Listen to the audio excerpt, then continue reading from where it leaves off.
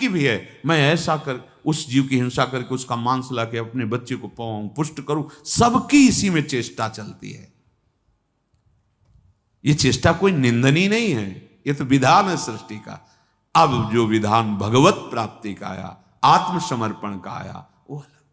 उमा अवधवासी नर नारी कृतारथ रूप, ब्रह्म सच्चिदानंद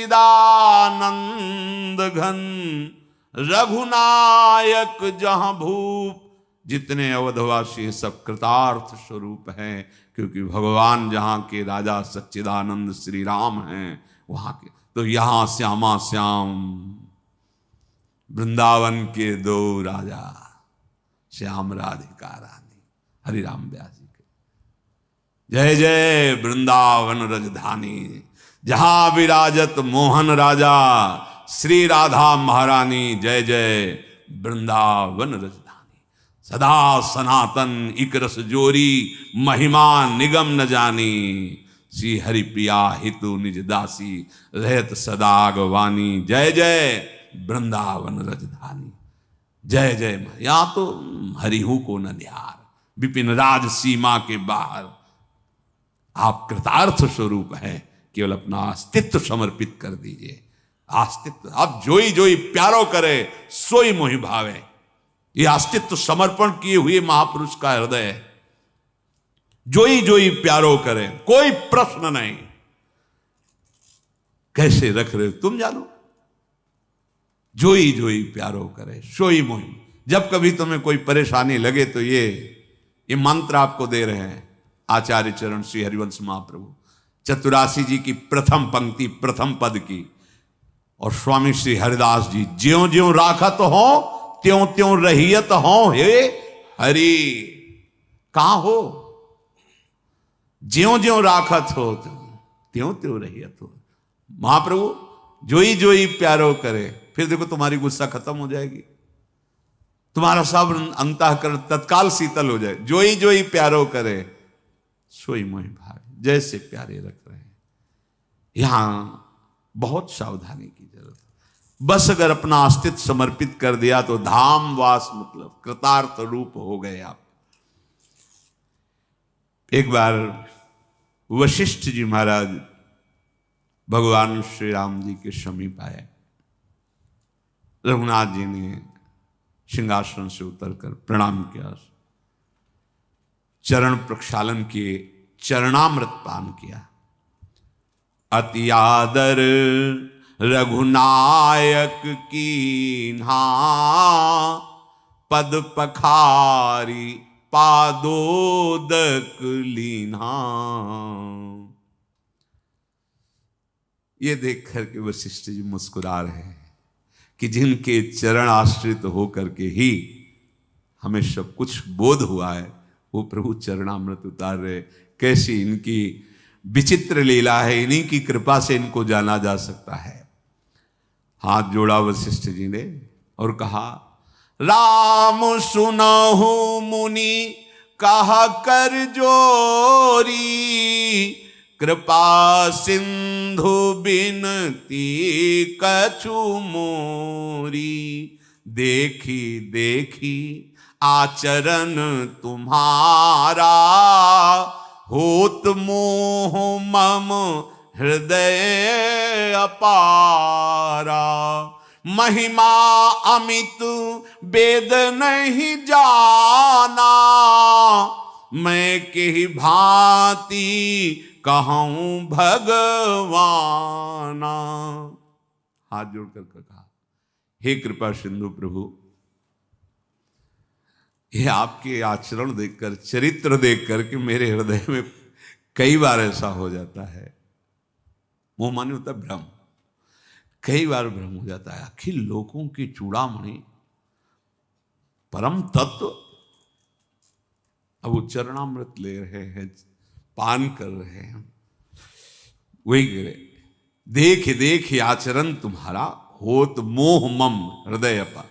कई बार परम तत्व सच्चिदानंद प्रभु, जहां वेद नेति नेति कह के कह रहा है कि मैं आपकी था नहीं पा सकता, उन प्रभु को मैं कैसे। वशिष्ठ जी कह रहे हैं उपरोहित्य कर्म अति मंदा, वेद पुराण सुमृति कर निंदा।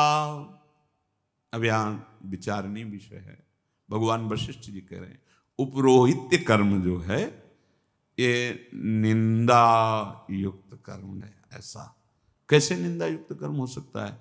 ब्राह्मण के लिए तो शास्त्र में आज्ञा की गई अध्ययन करना, अध्ययन कराना, दान लेना, दान देना, यज्ञ करना, यज्ञ कराना, ये षटकर्म ब्राह्मण के हैं। तो उपरोहित कर्म निंदनीय कैसे हो सकता है? वो तो अपने कर्म में। अब यहां जो आंतरिक बात नहीं कि आपने मानो अनुष्ठान लिया, इतने मंत्र जाप का ऐसा अनुष्ठान लिया, इस पुराण का सांगोपांग पाठ होगा, आपने अनुष्ठान लिया, आप इस ग्रह की शांति के लिए इतना इतना मंत्र, इतना पाठ, इतना ऐसा दैवी विधान जो शास्त्रीय है, आपने तो अनुष्ठान लिया, जजमान ने भेंट दी, और इसके बाद आपने सांगोपांग नहीं किया।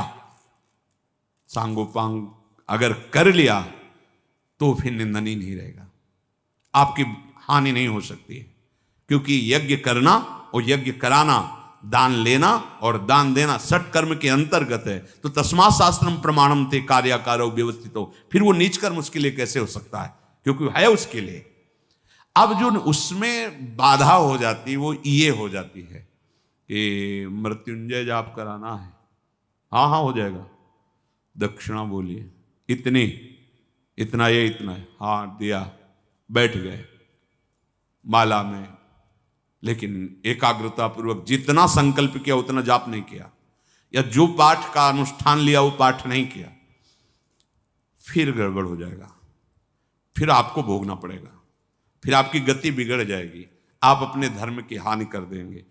और प्रायः चूक होने की बड़ी संभावना रहती, क्योंकि जजमान को पता नहीं होता, सामने वाले को पता नहीं होता। उसने तो आपकी आज्ञा के अनुसार यहां फूल चढ़ाओ तो वहीं चढ़ा देगा, यहां चावल चढ़ाओ, इतनी दक्षिणा, ऐसा हो गया। अब आपकी जिम्मेवारी है जो अनुष्ठान लिया है, अब आप उसमें जितना धोखा करेंगे, पूर्ण नहीं करेंगे, वो आपका विषय रहेगा, आपको भोगना पड़ेगा। प्रायः चूक हो ही जाती है। हम जब गुरु आश्रम में पहले नैष्ठिक ब्रह्मचर्य में थे तो एक बहुत ही ब्राह्मणों के वो श्रेष्ठ जो इनके 10 ब्राह्मण अनुष्ठान में पीछे चलते थे, वो आए और कहा कि जा रहे हैं कानपुर में, अब कुछ दिन बाद मिलेंगे। वो प्राय आया करते थे क्योंकि वहाँ हमें मृत्युंजय का जाप मिला है और ऐसा ऐसा। जब वो काफ़ी समय बाद आए तो लद के आए थे, आ गए होंगे पहले, लेकिन हमारे पास जब आए तो देखा छीण का है, सब कान थे। हमने कहा ये क्या हो गया? तो उनका जब से अनुष्ठान से आए पता नहीं क्या हो गया, ना कोई रोग मिल रहा है समझ में, ना कोई दवा काम कर रही, हालत खराब। क्या हालत खराब हो गई? मान लो 10 लोग मिल करके अनुष्ठान ले रहे हैं, आपको लाखों रुपया दे रहा, स्वर्ण आदि दे रहा, सामग्री दे रहा है। अब आपका अनुष्ठान आपके द्वारा जो, क्योंकि मुखिया आप हैं, 10 आपके अनुयायी हैं, और अनुष्ठान में जो भी कमी होगी, अपवित्रता, मंत्र की पद्धति की ना होना, या उतनी संख्या में मंत्र ना हो, वो आपकी हानि पहुंचा देगा। और ये धोखा हो ही जाता है। अब किसी ने रुद्राष्टाध्यायी का अनुष्ठान करवाया, या किसी ने दुर्गा सप्तशती का पाठ का करवाया, अब वो जानता ही नहीं है संस्कृत। अब थोड़ी देर पूजन कराया, वो चला गया, पूरी दुर्गा सप्तशती का आपको पाठ करना है। अब 2-4 या देवी सर्वभूतेषु, अब सुन रहा खुद पंडित जी कह रहे हैं, अब चले गए। पंडित जी पलटाते चले जा रहे, वो क्या पता उसको, थोड़ी देर के बाद अच्छा भाई चलते हैं, हाँ ठीक है पंडित जी, तो भेंट दे दी। अब वो जो उसमें धोखा बना हो, पवित्रता, मंत्र का उच्चारण, मंत्र का अनुष्ठान पद्धति, इसमें धोखा हो जाएगा तो फिर गड़बड़ हो जाएगा। नहीं तो ब्राह्मण के लिए आदेश है, शास्त्रीय आदेश है, अध्ययन करना, अध्ययन कराना, दान लेना, दान देना, यज्ञ करना, यज्ञ कराना। तो जब शास्त्रीय आदेश है तो नीच कर्म कैसे हो सकता है? और यहां भगवान वशिष्ठ जी कह रहे हैं उपरोहित्य कर्म अति मंदा, वेद पुराण सुमृति कर निंदा। तो निंदनीय वही कार्य होता है जो शास्त्र प्रमाण के विरुद्ध हो जाता है।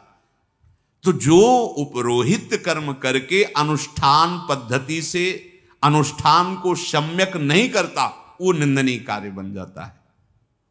तो बोले हमें